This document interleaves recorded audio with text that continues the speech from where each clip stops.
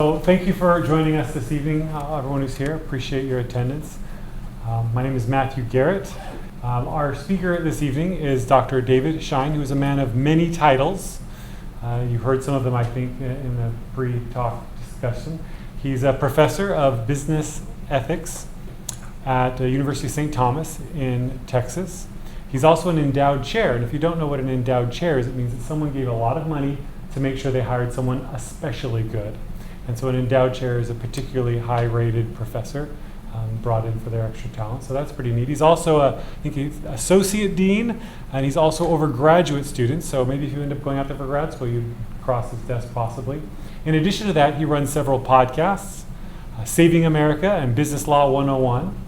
And he's also an author of multiple books, including Bad Deal for America, which is what he's going to speak about today. And I believe that text talks a lot about some of the different politicians and how they draw their support, and how it is you get these politicians who are with multiple mansions and are doing so well, and what seems to be a public servant job. A book that really kind of picks on folks all across both sides of the aisle. So with that, it's my pleasure to introduce Dr. David Schein. Thank you. I'm used to talking to college students, so I'm delighted to have everybody here today. And the book is part of a series that I came up with, and part of my writing approach is to come up with ideas when I'm driving around or just thinking about stuff. And I don't know how other people write, but I come up with the idea and I will write things in my mind, and then when I sit at the computer I write very fast. But that's just the first step in the process, is to come up with the concept for the book and do it. And it's interesting because what Dr. Garrett talked about a minute ago is we were talking about primary and secondary sources and stuff like that. And I have 2 nonfiction books out. And for you students, most of what you're doing is nonfiction if you're writing a paper. And so one of the areas that I've been asked and I've written articles about and I've been interviewed about is if people say, well, give us something smart, tell us something that we need to know. It's about writing in the world of nonfiction, which is it can be tedious. First of all, it is not nearly as much fun as having a James Patterson bestseller and having people standing in line at the bookstore 10 deep, to get your signature, and you don't get the fame of that. But you get satisfaction. A lot of people enjoyed it. So my first book analyzed the presidency from Wilson through Obama. And the reason for that time period was that what has happened is that the American enterprise or empire really began with World War I. The United States unquestionably came in and won World War I and became the world power, the primary or sole world power, and it reinforced that in World War II. So the idea of selecting Wilson was because a lot of us have lots of information or told lots of things about Wilson and Roosevelt and Eisenhower and the presidents over the last 100 years or so. So I wanted to look at that and see why we were kind of sliding into the abyss, so to speak. And so I did a nonpartisan book, basically barbecuing all of the presidents of the last 100 years. And I'm in the process, I didn't bring any of that book with me today. I'm in the process of rewriting that book to not just add chapters on Donald Trump and Joe Biden, because those are 2 presidents since the book was released 4.5 years ago, but also to add some information, add some facts that we've learned about the other presidents that I mentioned. So it's been an interesting deal, and I got a lot of good exposure to that. And then following on kind of the same trajectory, Bad Deal for America kind of came to me, and it's kind of a exam, and we're going to talk about it in a little more detail, but the idea of this book is to look at the Congress and the Senate of the United States. And somebody asked me just a couple weeks ago, well, is Donald Trump in the book? And I said, no, because Donald Trump is a very unusual politician. The only public office he ever held was president, which is just, I mean, I'm sorry, I ran for office twice in Texas in the early 90s. My kids and I went door to door, which is very old-fashioned today, but we actually went door to door in the summer in Houston, which is challenging, and I don't think my kids will ever forgive me. They do talk nice to me, so I think they have forgotten that, allowed that memory to go away. But I had grown up in a very traditional political system where you start by being a volunteer and then a campaign worker, and then maybe you run for dog catcher or something, and you work your way up the political ladder.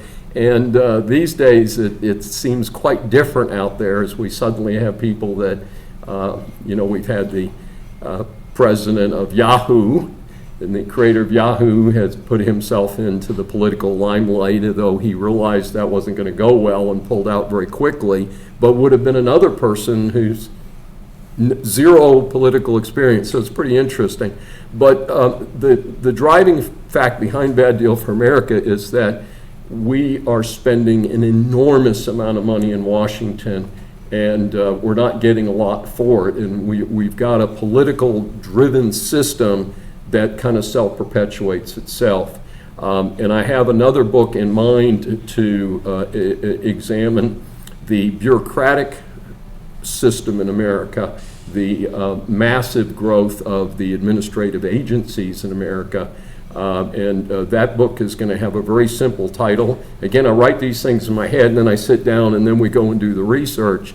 So that book is called Failure, which talks about our massive government spending system that produces very, very little. And if any of you have ever contacted a federal agency and said, I need to know this or that or the other thing, you may or may not get a response, but it's very likely that you won't get a response. But if you do, it may be, oh, well, check out our website, or we'll put you in the 1,000-person queue to get a response sometime in 2030 or something. So it's not a system that's serving us very well, but it kind of fits the theme of what I'm working on.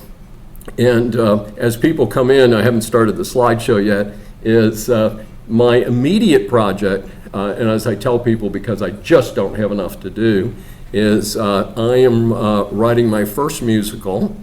And I thought of the concept for it about 10 years ago and didn't do anything about it. And one of the things I do is, because sometimes you have these cool ideas, and I'd like to say it's eureka, but I'm not nearly that smart. But if you think of something, one of the things you want to do is do something, and today we're all digital, so I can either text my consulting office and say to Rachel, who runs my office, she's completely in charge by herself over there, and say, Rachel, remind me to do this, or look this up, or talk about it. And then the other thing I do, if I'm sitting at my computer, when I sit at my computer, I create a subdirectory for a particular project. So I have a subdirectory set up for theater, and inside that I've got theater reviews, which we've just started doing. I've just started my third podcast series that Rachel has named Starstruck. And my original start in visibility was when I was in Philadelphia in college. I somehow ended up hosting a weekly 1-hour entertainment show on radio. Not performances, but theater and arts reviews. And that show was called The Arts Menagerie. So many years later, I've returned to that, and we've started a series, and we've released 4 theater reviews and 1 art review. So that just started at the end of August, which is why it wasn't in my promo. We're about to do the 200th webcast for Saving America. We're getting ready to do our next panel discussion. We just did a panel discussion on fraud on the internet, and this was triggered by visible people like myself getting solicited by what appeared to be strikingly attractive young Asian women who say, we'd like to be your friend on LinkedIn, which is a business networking site. And I am not dating on LinkedIn. I just want to make that clear, folks. I am not dating on LinkedIn. But they would indicate that they have high-level participation. They have their own company, or they're a senior VP of Chanel or Louis Vuitton and some of these other very famous names. And people, I network with other business people on LinkedIn. That's the whole purpose of LinkedIn, by the way. And I encourage you who are interested in pursuing business studies to be on LinkedIn and look at people who are active. So anyway, people started noticing that the so-called women on these sites were using the same photographs. Yep. And very similar profiles. And they were all 36. Just magically, if they would volunteer their age very early in your discussion on the messages with them. And I noticed that none of my legitimate business people ever said, oh, by the way, I'm 36. Nobody ever did that, except this particular genre of people. So anyway, I rounded up a retired FBI agent who is an attorney in Atlanta and an attorney professor at the University of Houston, and we put together a panel on fraud on the LinkedIn. So that's the panel that we just released on the web if you're interested, and it's up on YouTube and it's accessible through our LinkedIn. So the next panel that we're doing is about a month from now. Is Houston has a huge international community. We have a number of people go to college there and then stay and start businesses. So we're going to do a panel on international students who become entrepreneurs and start businesses. So we're going to have the professor who brought the concept to me, who's one of our marketing professors, who's originally from Taiwan. And we're going to get 2 international entrepreneurs who've been able to start businesses. Of course, a lot of them are .com businesses today. That doesn't minimize it. And of course, we all know some of those .com businesses have turned into some of the most successful businesses in America. So, like I said, other than that, I'm not doing anything at all that I can think of. But let's talk a little bit about the book. And I did want to give credit. I have one of my senior researchers is Taylor Calicomo, and he is finishing his BBA, MBA this semester, and he just gleefully told me this week that he's been accepted to law school. So he's going to finish his MBA this semester, and he's going to start law school in Houston next semester, and so good for him. And he was very kind to cut out some time last week to work with my book and create this set of slides, so I'm very appreciative to him, and he's a good guy. So let's see, I guess I need to do this. So one of the things that you say was there's a purpose to doing things. Part of it is, I think for any author, is you have a desire to communicate certain information. And as I've indicated, it seemed like we're spending an awful lot of money and we've got a system that doesn't seem to be very productive. And I know all of you, and again, I make a point of being nonpartisan. I'm very pointed about being nonpartisan in my classrooms. If you follow me on LinkedIn, you'll know that I am distinctly conservative, but I'm also very basic and down to earth. I think America comes first, and I don't care what party you are, and I don't care a lot of other things. I think if we're all Americans, we all focus on being successful and having a good life. I think that's what's important. And so one of the things that's happened, we're not really sure why this got started, but many of you know that diamonds and hearts are the red suites in a deck of cards. And so we made them the Republicans because people are referring to red states as Republican states. And then the clubs and spades are in blue, and they are the diamonds, and clubs and spades are the Democrats. So it introduced something that I didn't anticipate. I self-published this book, and we actually have the playing cards in the book because the idea is that these folks in Washington are playing with our money. So let's all go to Las Vegas with somebody else's money. And of course, their Vegas is Washington, D.C. And yes, I have hung out up there. I have never been a congressional aide, but I had an extremely unique experience in the late 90s, early 2000s, is that my better half was a staffer for one of the highest profile Congress people in Washington. And so I got to go, in fact, sometimes was given the tickets that the congressman was supposed to use and went to social events. got real nice seats where the congressman's supposed to be, and I've been to activities that lobbyists hosted and stuff like that. So, there's a cliche that your parents have probably used that says, I'd like to be the fly on the wall. So I got to be the fly on the wall because I had no official position, but I got to go into the congressional office buildings and wander around and go to different events. Now, I did belong, when I was in Washington, D.C., I did belong to the Texas Society, which is one of the larger and more successful social groups in Washington, D.C., and they do have their own functions, some of which actually also take place in the halls of Congress. So it was a very interesting experience for me, so I got a chance to actually observe some of the things firsthand. And again, it doesn't really make any difference which party they are. It's pretty much the same ball game. So, but that was, kind of the idea behind the book, was to look at some of that.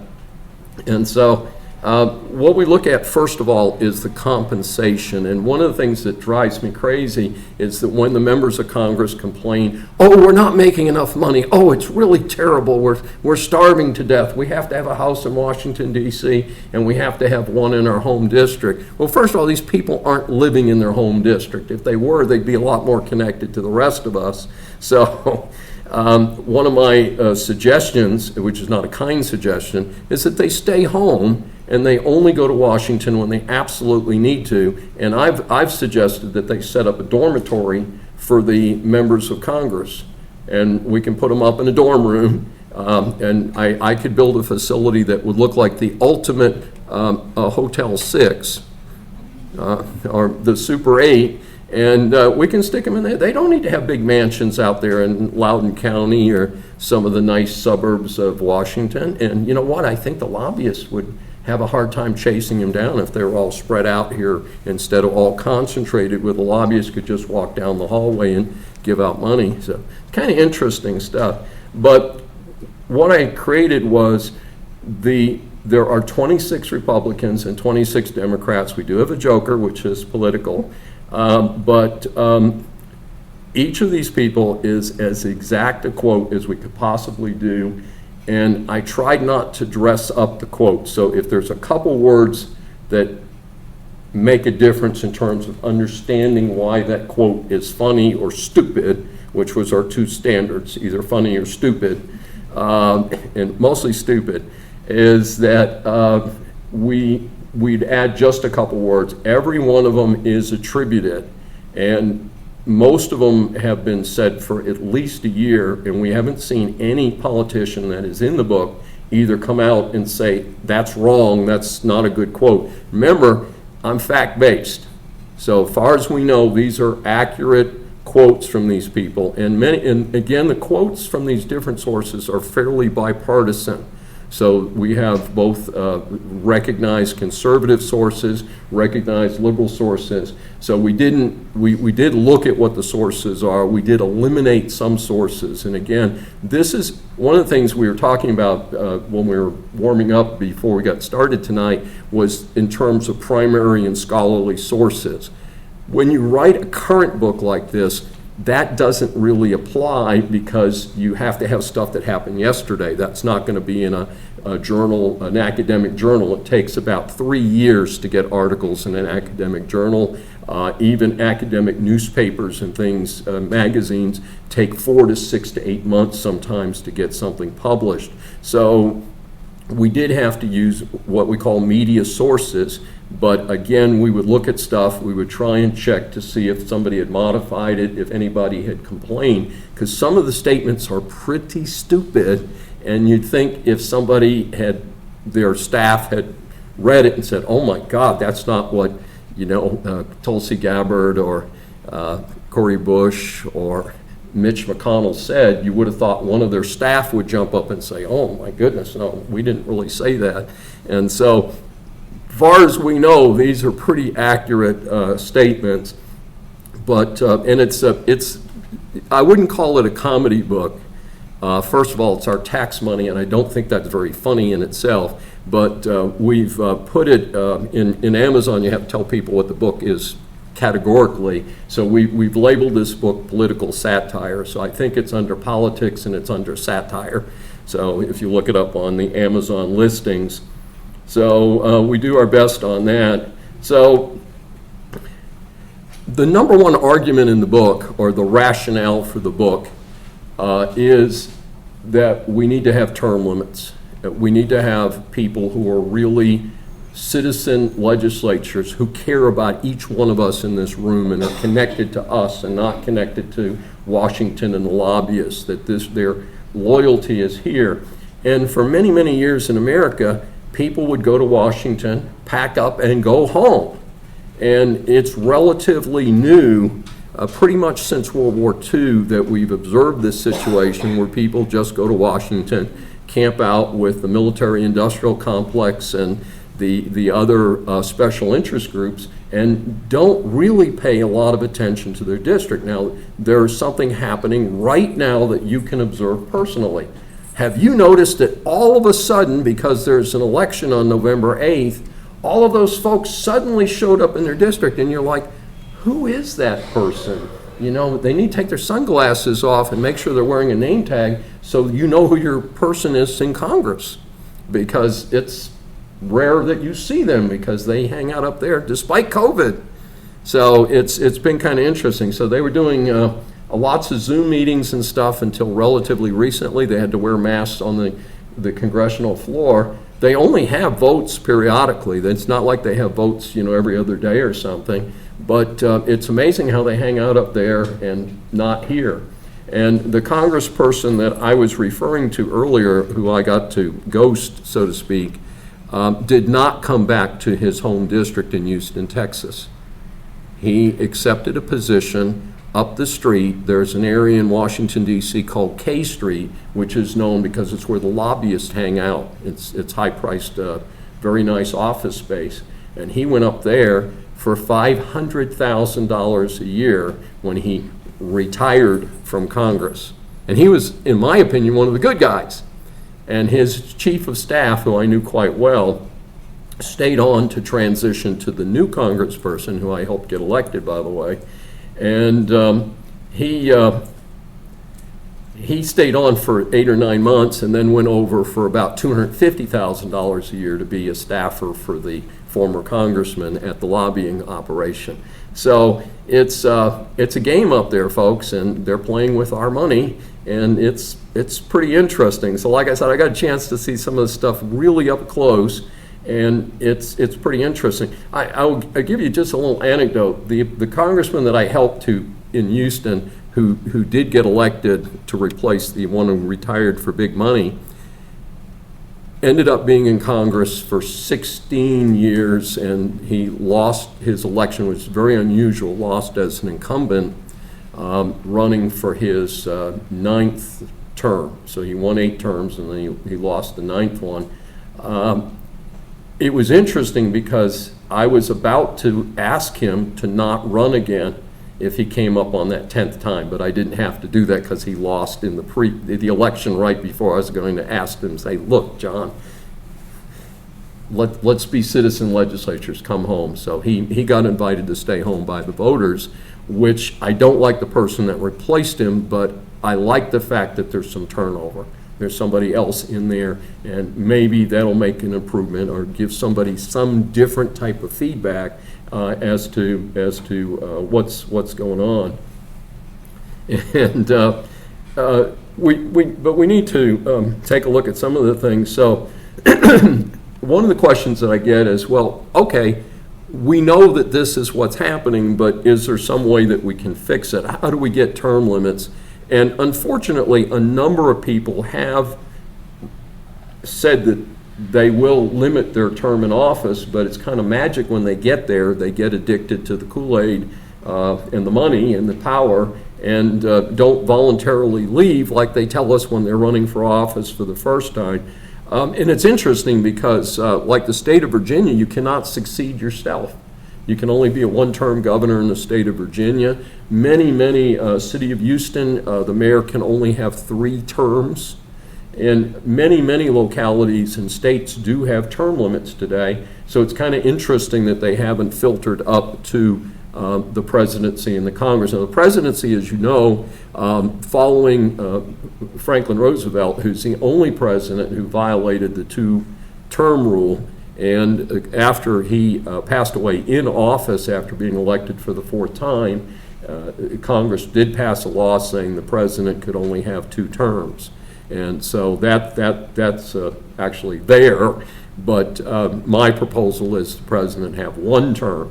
And I'll just talk about that while I brought it up, is basically, if you look at the performance of American presidents, they have to work very, very hard to become elected president, regardless of which party. And they get a 4-year term. They spend the 4th year of that term campaigning for office. In fact, some of them began halfway through their 3rd year. And in fact, a very sad statistic is John F. Kennedy was assassinated a full year before the election. And so he was a year and a half back from his election when he was assassinated in Dallas, Texas. He was in Dallas, Texas to run for president again, to run for re-election. So my point being is that we're electing these people for 4 years, but for a big piece of that, they're spending a big part of their time getting ready to run because everybody wants to get reelected, whether you're Donald Trump or Joe Biden or Bill Clinton or whoever it is, or Barack Obama. So then what happens is in their 2nd term, what we've seen, and we've had a number, Trump was actually unusual in that he didn't succeed himself, but the 3 previous presidents you've got is Clinton, Obama, and Bush, or in the wrong order, Clinton, Bush, Obama, all had 2 terms. And then in their 2nd term, they spend part of their time trying to reward the people that helped them get reelected the 2nd time. And then they go about spending part of their time getting a successor elected to replace them, who will continue their policies and make them look good by continuing.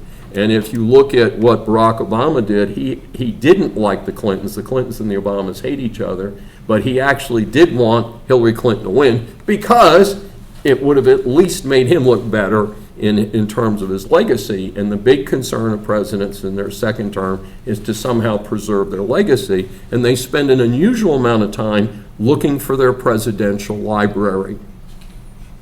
So my suggestion for the president is 1 5-year term, which puts it on basically par around the world. So if we look at world leaders in other countries, many of them serve for 6 years or for 5 years, and some of them can succeed themselves, which ends up with a 12-year term. But my suggestion is 1 term is plenty, and let's have some turnover. Let's keep things moving. Let's get people involved in the process. And my theory is if we can get more people like you in this room involved in the process, that and create mechanical turnover by requiring you to leave after a certain number of terms, that we're going to get new ideas and we're going to break the hold that the lobbyists and the big money people have over what's happening in Washington, make it more responsive to what happens to us, and maybe spend a little less money. So again, we use dealing, and by the way, I'd mentioned to some of the people who were here early that my son was actually a car dealer here in California for about 10 years, started out of high school, and worked in some Indian casinos up in Northern California. And then his last couple years as a dealer, he was in Palm Springs at I think it's the Fantasy Resort or something. I'm not sure, I've never been there. But it had nothing to do with my son having been a card dealer. But like I said, it's a deck of cards has 52 cards plus a joker, so that's how we came up with 26 Republicans and 26 Democrats to be the cards. But the starting point is, what are those chips? And so the base salary is $174,000 a year, which for the average American is about 3 times average income in America, which I think last I saw was $56,000, by the way. So it's right about 3 times the norm. And then the Speaker of the House up north of here from Nancy Pelosi is $223,500 a year. Now remember, these are base salaries. And then we say the U.S. compensation is $51,916. The latest number I saw is closer to $56,000, and then the median is at $34,000. So these are dramatically higher numbers than what average Americans make. And so it's not trivial. But one of the things that when I started the book, I knew, again, since I'd spent time in Washington, that there were a lot of bennies and extras that the members of Congress got. And I started to look into it. And I'll tell you, folks, we did this for close to a year. And I was working with I bring in my own students or my researchers. I use some from the local law school, and I use some of my fellows, my students. And one of my rules, because of credibility, is when they put stuff together, I read everything that they give me. So in other words, they may say to me, Dr. Schein, here's your summary of what we found, but then I go back and read it, and I require them to give me everything that they're using, so that I actually have everything that was used to support anything that I produce, whether it's a journal article or a book like this. And so we just kept adding up numbers, and we got a little bit of surprise when we started doing those numbers. Median net worth of these public servants is over $1 million as of 2018. We give you the year because it's hard to get this data, by the way, folks. We did some digging. And again, the book was written over a 2-year period. Senators average 1,696,000, so pretty good. The representatives a little bit more modest at 489,000. And one of the questions that I'd like to ask is, why don't we reduce their salaries to the national average and give them a little incentive to stay home and take care of the rest of us and live like the rest of us? I think that might be a good idea. And so the length of term is not as long as it seems, because there's a handful of people just never leave. Joe Biden is over 46 years in Washington. Nancy Pelosi is in that ballpark. Mitch McConnell is in that ballpark. So there's some of these people that have really, really been there a long time. I don't know if they could find their home base if they try. And the average in Congress was 8.9 years, and that's 4.5 terms in Congress. That's a lot of times running. That means they ran average of 4 or 5 times for re-election. Senate is 11 years. Remember, they have 6-year terms, so that's about 2 terms each. And so it really is quite something. So it wasn't quite what we expected on the averages, but it's more we find these folks who tend to be the most high visibility people have spent a really long time in Congress. So one of the things we looked at is, what about beyond their salary? And these are all things that none of us in this room get. This is strictly Benny's benefits that people get in Congress that the rest of us don't get. So they're allowed to have outside earned income, which I thought was interesting. They have an allowance. They're allowed to earn $28,440 a year in 2019. Outside income, while they're working on our salaries, which we just talked about. They get a $3,000 a year tax reduction for living expenses. So that 174 gets reduced for tax purposes to 171. That's how that works. And there's a lot of boondoggles. Most of us know that many members of Congress magically appear in terrible destinations like Paris and Rome and London for investigative tours that supposedly are not financed by taxpayers, but it's kind of interesting because I think they're on our dime, aren't they? Aren't we paying them to work full-time for a year? So it is kind of interesting. And we often don't know how much of that trip was paid for, whether the airfare was covered by their congressional salaries or by their expense allowances and stuff. One that I found particularly offensive is that each member of Congress can spend up to $40,000 on new office furniture each year. Now think about somebody that's been in office for 40 years. Now I don't know about the rest of you, but I have a computer desk and it's like 6 or 7 years old, and I have a big executive desk and I've had that for I think 32 years. And I'm not quite sure why you would need to spend $40,000 a year on new office furniture, but it's just kind of an interesting statistic. So they also get something called a representation allowance.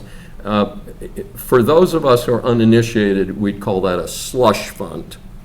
And the slush fund is they can spend, it says the average in 2019 was $1,382,000.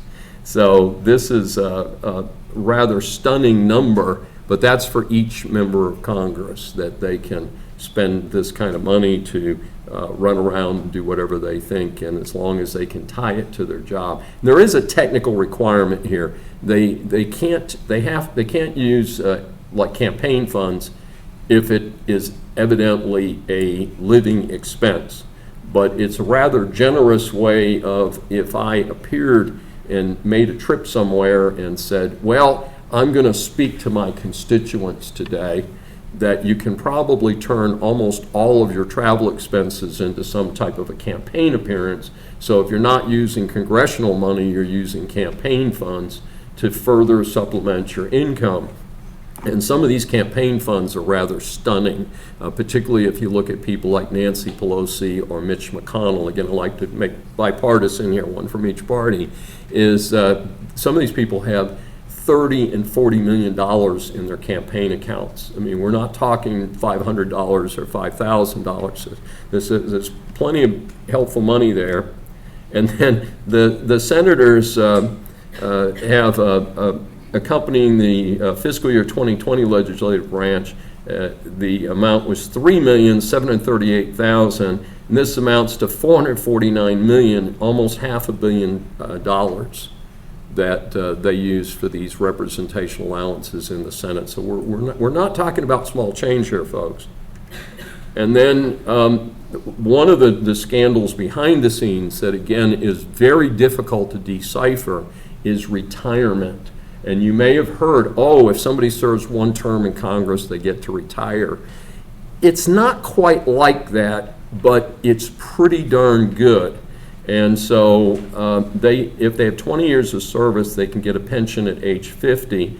If they have 25 years of service, they're eligible at any age. And now they participate in Social Security. They used to not. So this is in addition to Social Security, also paid for by the federal government. That's part of their salary. And so we look at the pensions and the specifics of that, and I'm not going to get into the detail on that. I'll move along a little bit. So as I mentioned, it's illegal to use campaign funds for personal use, but you may know some of the high flyers around, like AOC. They've recently talked about the fact that it's magic how, she showed up at Paris fashion show with some fancy dress that said "Eat the Rich" or something like that, and all that. And of course, some of this stuff is donated, but it's kind of interesting in terms of how would you ever keep track of who's doing what with these funds, and I don't think it's tracked very closely. Now, there are members of both parties who have been pursued for using campaign funds for personal expenses, and a couple members of both parties have resigned under investigation for using campaign funds for personal purposes. So we know it's happening out there, which again is rather stunning given the amount of money that they've already been fronted by the federal government, with our tax dollars. So it's pretty interesting how they make that determination. And like I said, the personal versus campaign expenses in itself, we get into in a little more detail in the book. I'm not going to do a lot of that today. But we do want to talk a little bit about what the book looks like. So in the diamonds, again, we use the red suite for Republicans because that's the current classification. And so Mitch McConnell's in that list. Jeff Flake, who's fairly high profile, who resigned recently. I actually knew Joe Barton, who left to make more money, believe it or not. Larry Craig was a very controversial individual, and he's out of there now. Matt Gaetz is fairly controversial. He's out of Florida. He's been in the news a lot, and so he's been there since 2017. And John Kasich, who's a very outspoken member. And again, these are the diamonds are Republicans. And then some additional people we look at, Lindsey Graham, again, very high profile. Tom DeLay, who ended up in jail for financial misdeeds, which were allegedly not related to his congressional position, but I'm not quite sure how you separate him when he was in Congress for right about 20 years before he got hauled off, and he was out of the Houston area, by the way, so I didn't know him personally, but I knew people who knew him. Of course, nothing would be complete without Marjorie Taylor Greene, who can't seem to stay out of the limelight. Joe Scarborough, another high-profile individual, and my favorite from California, Bob Dorman.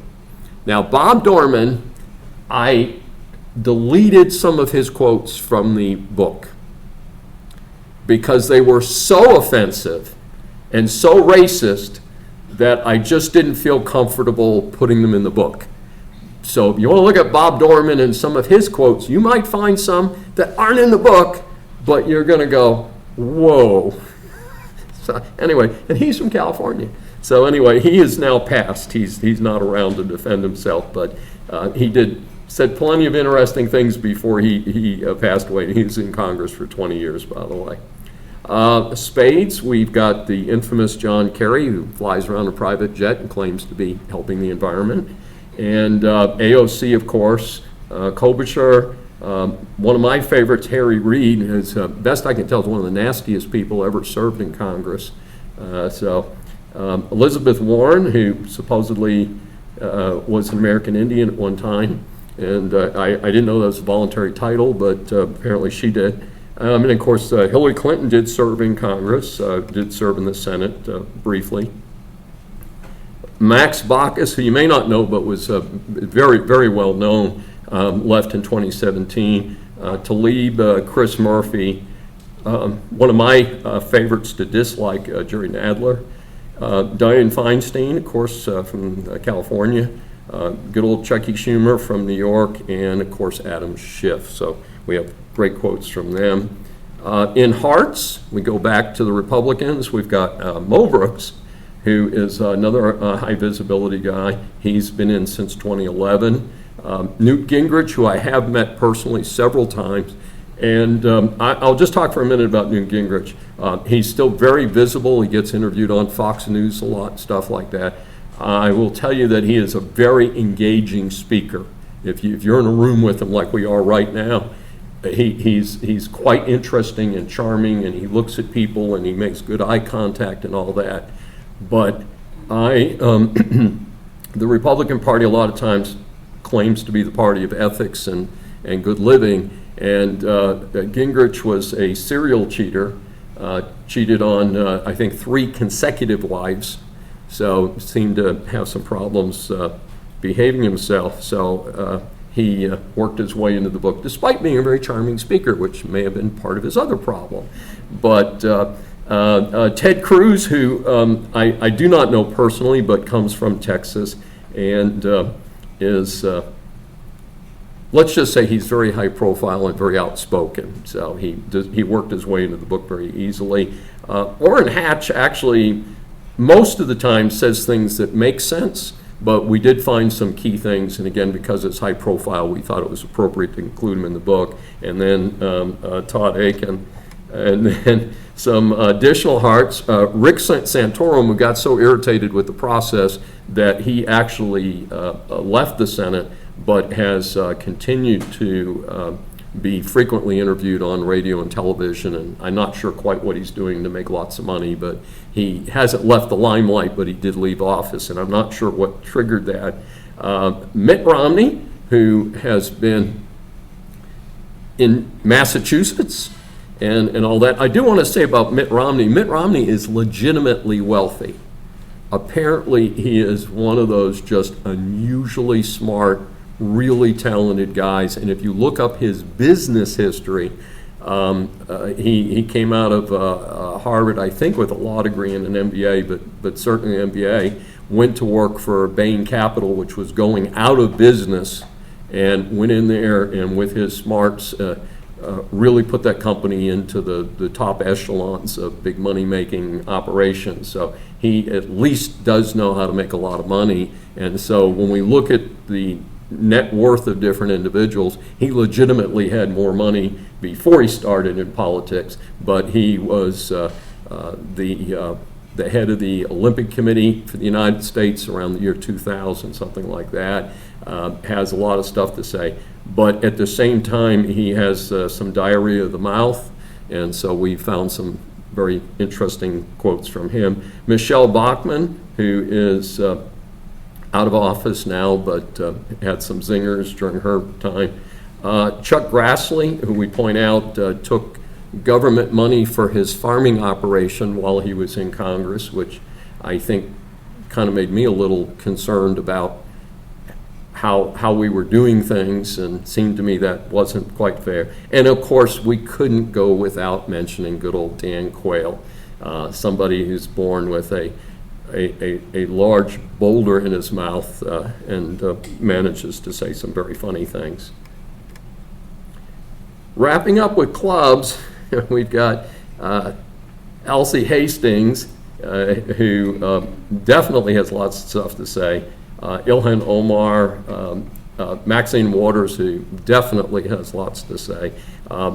Probably, if you didn't know who said them for Maxine Waters, if you just closed your eyes to who it was, you would say, gosh, this is some horrible racist. This must be, George Wallace days and all that. So she says some really amazing things for a member of Congress. Anyway, so she earned her way into the book, as did the next couple who I think are part of the squad, Karen Bass and Ariana Presley.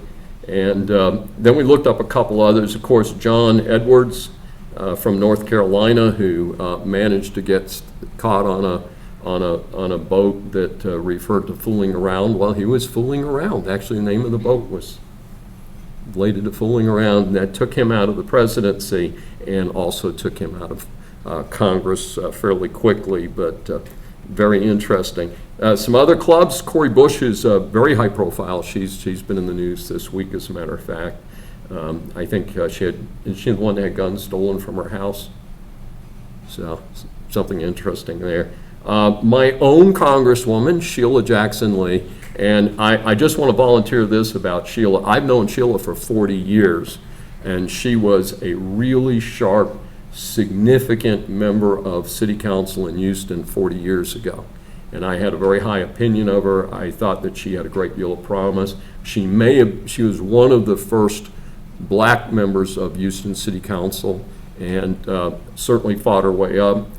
She did something interesting. There was a longtime black congressman from that district in Houston, Democrat, and he was famously not really very connected to anybody except taking care of himself, if that sounds familiar, and managed to get his wife in as a federal judge during this time, so it was some interesting stuff going on.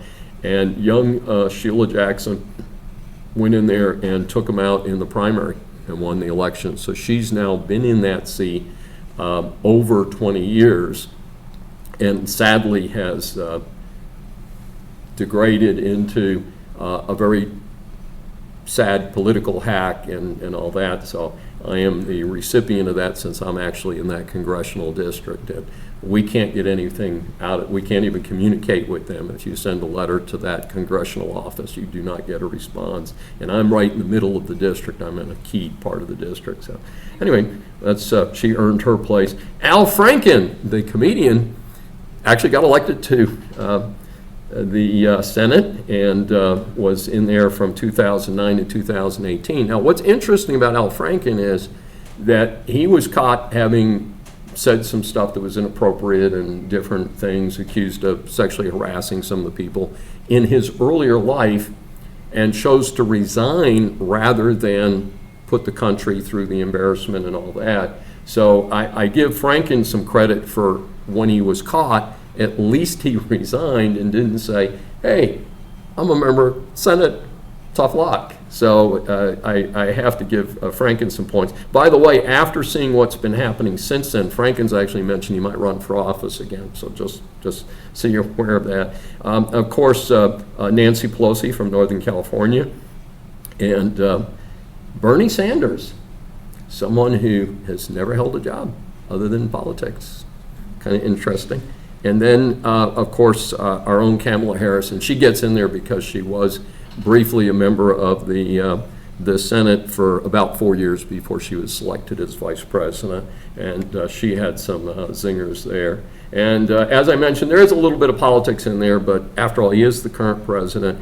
And I have a special connection to Joe Biden. I grew up on the East Coast, and I've been interested in politics since I was a freshman in high school. So I've been tracking politics for a very long time. I actually have a full-color picture of Hubert Humphrey from his campaign poster from the fall of 1968. Anybody know who Hubert Humphrey is? Show of hands. Anybody here know who Hubert Humphrey is, other than you? I'm the only one old enough. Yeah. Matt, do you know who Hubert Humphrey is? He's not old enough. But he probably knows who he Yeah. is. Hubert Humphrey, HHH, it was Hubert H. Humphrey, was from Minnesota, and he was very far left for his generation. I don't know how left he would be considered today, but he was considered very, very far left in his generation. And he was Lyndon Johnson's vice president. So after the Kennedy assassination, Lyndon Johnson became president automatically because he was the vice president. And then Lyndon Johnson picked Hubert Humphrey, who was a longtime senator, to be his vice president. In 1967, Lyndon Johnson made a very famous speech on television that he would not serve another term, would not run, and said, if I am nominated, I will not accept the nomination. And it was a stunning statement from Lyndon Johnson. It was an earth-shattering deal in that time period. And so his vice president, Hubert Humphrey, became the heir apparent and ran for office. And Humphrey lost to Richard Nixon, who had been the unsuccessful presidential candidate in 1960 against John F. Kennedy. So what goes around comes around. And Nixon famously said before he ran for president that he said, you won't have Nixon to kick around anymore, because he ran for office here in his home state of California and lost again after he lost the presidential election. And it was at that time that he made the famous statement, you won't have Nixon to kick around anymore. And then a few years later, he becomes president of the United States. So very interesting. Richard Nixon, by the way, is the only F grade. I give each of the presidents in my earlier book, Decline of America, a grade. And Nixon, who resigned out of office in disgrace, was the only F grade. Some of the others, by the way, again, following our gambling theme, we have people that didn't have enough quotes to get their own playing card, but we threw a few others in there that had a few zingers.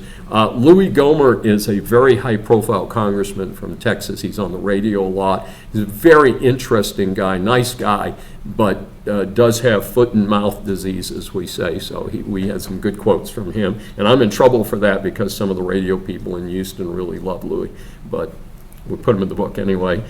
Mike Lee, Paul Brown, Michael Grimm. These are people that, if you notice, that they're not as familiar names to most people, that they're not the ones that are running their mouth all the time.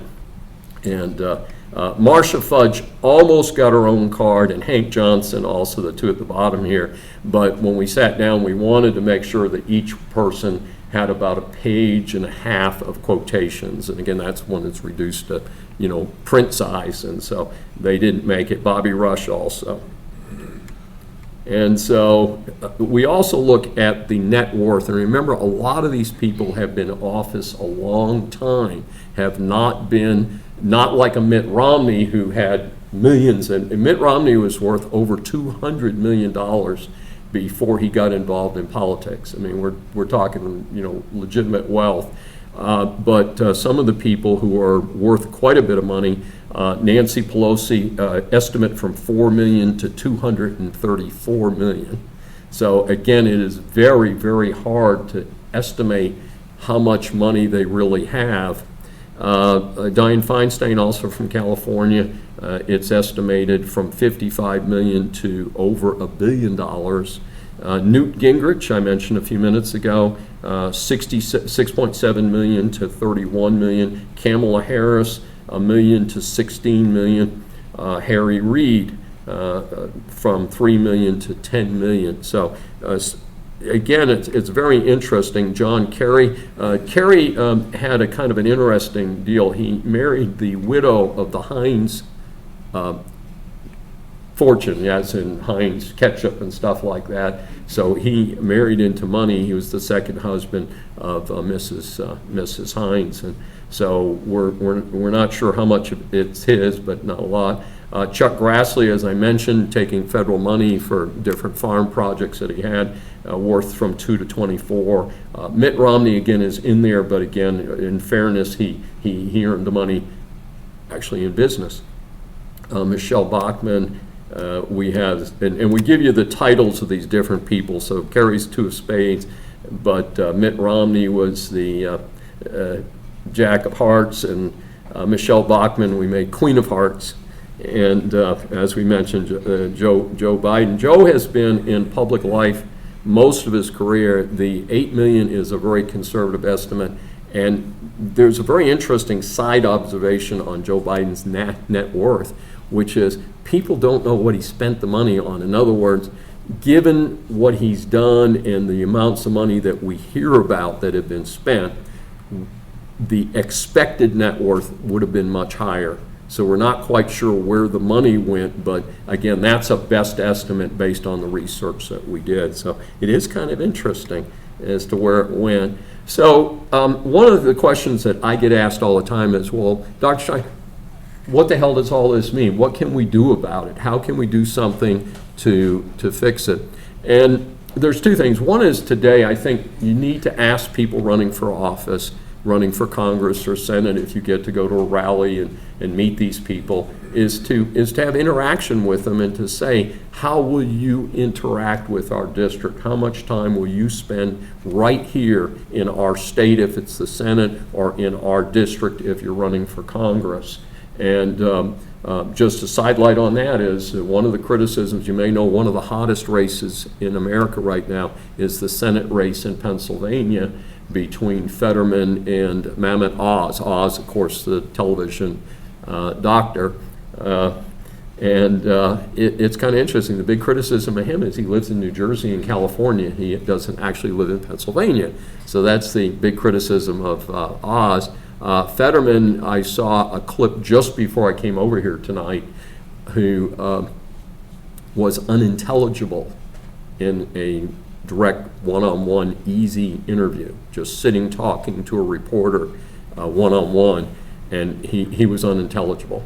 So I don't understand why, when you have the 100 people that sit right underneath the president, the 100 top politicians in the country, and I'm not being mean to someone with a disability. My mom passed away from a stroke. I'm very sensitive to stroke.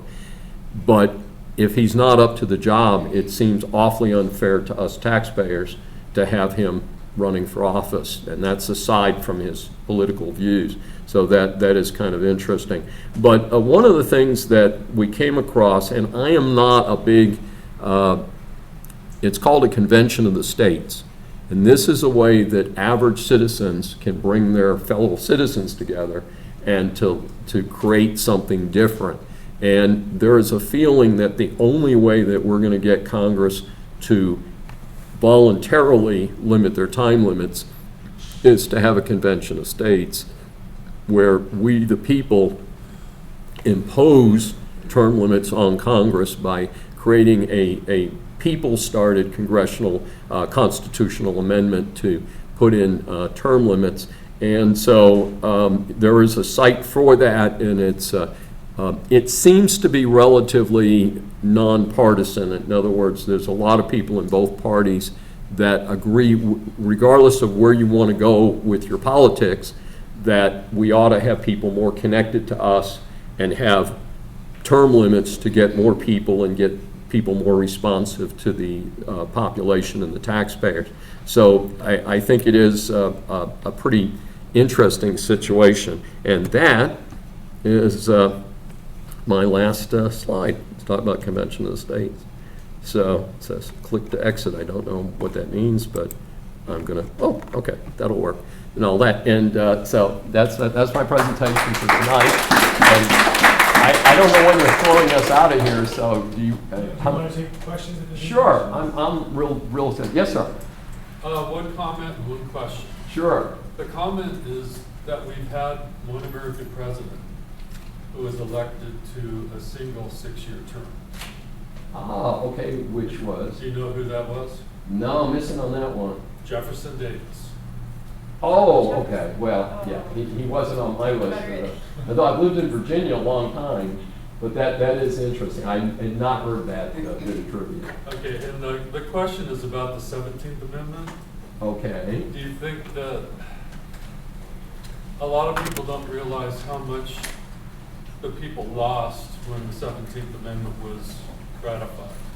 And I say lost because I think we were much better off when the state legislatures voted for our senators, rather than having tons of money flow in from people that shouldn't be overly concerned with who the senator is for that other state. Yeah. They're entering into the picture because they want to have the seat in the Senate, because the two parties tend to vote as blocks. They sure do. They sure do. And what we're talking about is that 17th Amendment brought in popular, where the population votes for the Senate as well as for the members of Congress. And the appeal of that is obvious, is, well, let's have the people vote rather than the representatives in each state house. But it is you can see how people could look at that from both sides. And I was interviewed on the Terry Maxwell show on the radio this morning here in Bakersfield, and we talked about how you fix things and how you deal with things. And I think, part of the challenge there is that I don't think that the two-party system, first of all, it was never intended to be a simple two-party system. And I do think that to represent the diversity of America, I think we're going to have to move to a multi-party system. I'm thinking that we're going to end up with about 5 political parties. In reality today, I think we have about 5 political camps that you could easily identify. And the problem is the structure that the folks in power have to have that two system. And in fact, they'll say, well, I'm an incumbent and you may not like me, but if you don't elect me, the person who replaces me goes to the bottom of the seniority list. And one of the things I do talk about in this book is that we need to get rid of seniority. We need to have people who are the chairs of committees, which is what seniority determines, who are the best, who have maybe military experience on the military committee, finance or CPAs on the finance committee, like that. And right now, that's not how it's done. And you have some very questionable people who really don't have any special knowledge heading up committees simply because they have seniority. And maybe no economists at all, anywhere in DC, right? Yeah. Well, I don't know how good the economists are doing. I'm such a news junkie. I was eating late lunch in my office about 2 weeks ago when Chairman Powell of the Federal Reserve made, he announced that the next 0.75% increase in the national interest rate. But what he did was he then answered questions for a half hour. And to tell you how much impact it was, the market was still open when he talked. The market went from 400 points up to 500 points down between the time he started talking and when the market closed an hour and a half later. Now, one of the things that Chairman Powell said was that in order to get inflation under control, that by raising the interest rate, the prime rate, that they want to slow the economy down. And all of you in this room should care about this. 1.3 million people should lose their jobs, according to Chairman Powell. in order to bring the interest rate down, in order to bring the inflation rate down. Are you volunteering? Is that a good idea? I mean, you know what I'm saying? And the worst part about what Chairman Powell said was, he never once said, if the federal government will stop spending money that they don't get anything for, then you could fix this without raising the interest rate. You could just fix it by being careful with how you spend money. And in my first book, Decline of America, one of my recommendations is that we reduce federal employment by 1/3. And again, I spent some time in DC, and I got to watch, and I've interacted. My legal area is employment law, and you deal with administrative agencies, and the level of incompetence and waste is, it's worse than what people hear in the media. In other words, it's not better, it's definitely worse if you actually have to deal with it. But I think that the concept that we all must sacrifice because the government's been flushing money down the drain, it kind of hurts me. And I come from very modest beginnings, and I'm the oldest of 7 children. We all went to earn scholarships to go to school. We didn't get financed by our parents. And I care about the money, what we spend as people. And I think it's really disconcerting when I see money being just flushed away, when I'm real careful with my personal finances, having grown up under very tight finances. I remember the end of my freshman year in college, I didn't take any money from my parents. So I was at the end, and I had a summer job that I was starting, but I didn't get a paycheck yet. And I literally had 50 cents. And I opened the mail, and my grandmother, my father's mother, had sent me $10. And I could eat the next week until I got my first paycheck from my summer job. And so to me, having been in that position, because a lot of people sometimes they say, oh, you have all those degrees, you're a university, professor, and all that. But it wasn't that long ago. I remember that vividly, and I had to put, help my kids through school and all that. And when I see everything that I studied in business school, when I was getting my MBA, was $1 million. Everything was counted in $1 million. Everything in Washington is in billions and now trillions of dollars. And I saw a note the other day that the national debt has popped over $31 trillion. And our national debt attribute, in other words, the amount of national debt that we added this year, is for the first time since World War II greater than the amount of money that the gross national product, what we made as a country. And that's a very scary, scary statistic, especially when, despite Ukraine, we're not in a war right now. We're not technically in a war. We're in a proxy war, but we're not in a real war. And we are spending money, but nothing like you would spend in a world war. Other questions? Yes, ma'am. Do you foresee any great reforms happening in the next 20 years or so?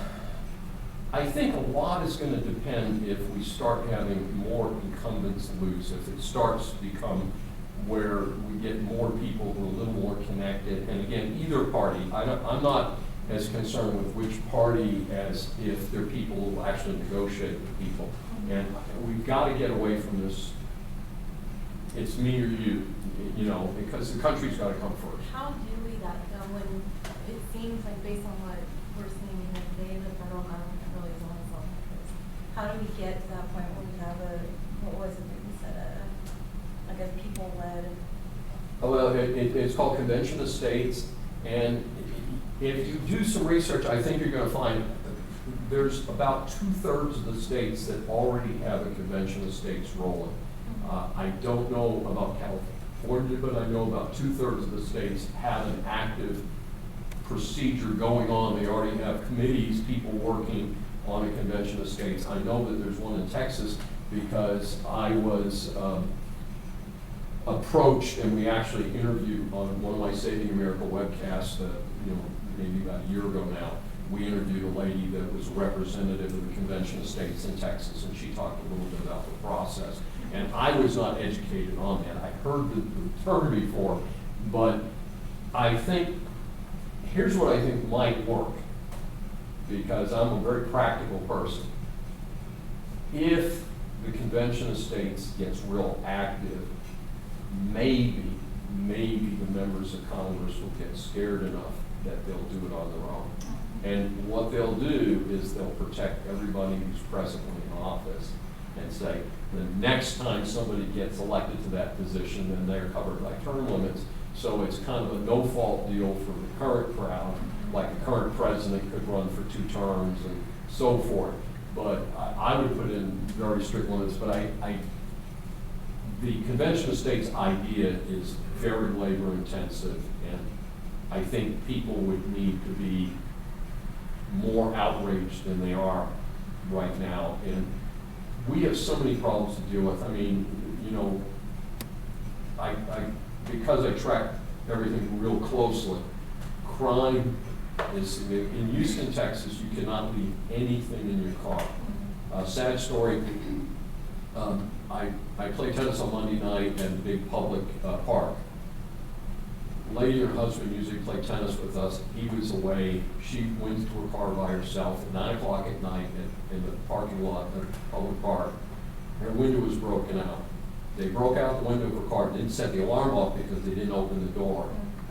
In her car were a couple Trader Joe bags. You know, the bags you get from Trader Joe's, empty, just laying flat on the seat. They broke out a window.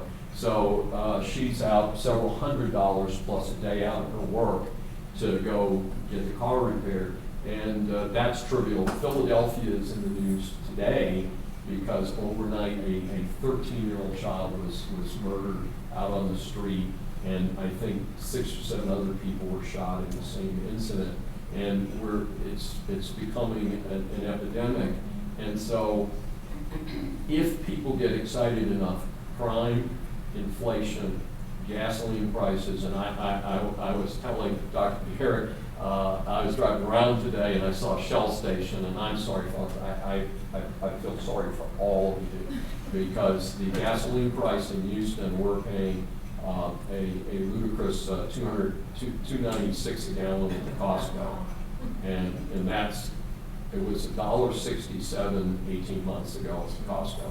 And so when we see the prices that you're paying out here, it's pretty stunning. So I think I would think that people in California at some point would say, gosh, and something that was brought to me that I don't focus on because I'm not here in California, but I heard that there's a proposal to give money or free education or whatever to people who are here illegally. And it's like, what about taking care of the people that are paying? And I'm actually support DACA, which is allowing the children who are here through no fault of their own to be educated, because our best way to develop our society is to educate our society. And they're here, they're not going anywhere, they're not going back to their own countries, whichever they are. So I think there's some things like that I'm okay with, and I think most taxpayers would say that's a good use of our tax dollars to improve our base of our population. But when they talk about some of these things, and I've heard ridiculous proposals like they're spending more money per person on homeless people than I could imagine. They're spending millions and millions of dollars to provide hotel rooms for homeless people, and it's like, again, this is your tax dollars. I mean, I don't know about you, but you know, you're either in school or you're working your butt off. I mean, there's not much in between, and it just seems awfully unfair that that's where tax dollars go. It seems like we ought to be fixing the problems, providing drug abuse assistance, providing education. Some of those people are not okay, and we used to have a system, and it doesn't sound very nice, but they were put in mental health facilities for their own protection.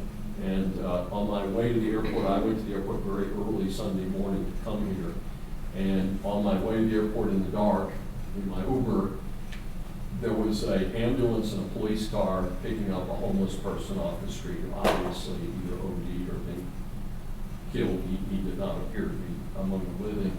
And it doesn't serve anybody's purpose to let those people be out in the street if they're not really out there voluntarily, if they're out there because of mental illness, drug addiction, or they're truly homeless, in which case, if they're willing to work, there are still 1.5 jobs for every person willing to work in America.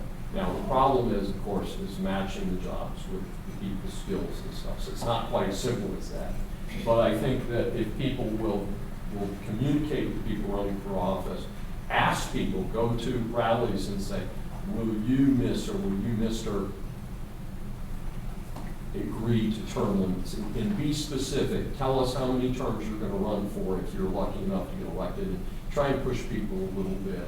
And certainly make sure at the state level and municipal level that people put in reasonable term limits. Like I said, that seems to be a national trend at the local level, and I think if we have enough term limits at local level, that'll also help push it up into the federal level. Yes, sir. You're not concerned with a runaway convention of states, kind of like what Alexander Hamilton kind of pulled on the convention people way back when? Great question. What I am told, and again, I am not involved in that movement, what I am told by the activists in that movement is if you convene a convention of states for a specific issue like term limits, which is the one I'm being told about, that it can only be for term limits. You could convene a convention of states for something else, but again, it's a lot of work. But the one that I'm hearing throughout the country right now is specifically to get control of Washington by putting in term limits. And again, reported to me is that they can only discuss term limits. Yeah. And I think it's around 30 states that have actually voted for it. Right. Which is a little bit different than having discussions or. Exactly. Yeah. It's and I think they need 36 states, so they're pretty close to what they've accomplished. I did want to mention, I see Dr. Garrett standing up, is if anybody's interested, I do have copies of my book available, which I'd be happy to sign for you. We are selling them at cost, which is, believe it or not, my cost is $15. And I know that sounds high. The retail is, I think, $19.99, but they're $15 because we have color inside the book. And I didn't know that until I went to Amazon. They originally told us it was going to be our cost $30 a book. And we said, let's talk about this. And it turned out that that was going to be photo level color copying. And we said, no, we just want red and blue. So the cards in the book are red and blue. And because of that, it pushed up the actual cost to us. So, but be happy to provide people, and we do cash and Zelle. Thank you. Thank you for coming tonight, and thanks for your time. And thank you, everyone, for coming and joining with us. If anyone wants to linger and ask questions, I'm sure he'll stay and talk to anyone, but thank you for your time. And I will talk to anybody.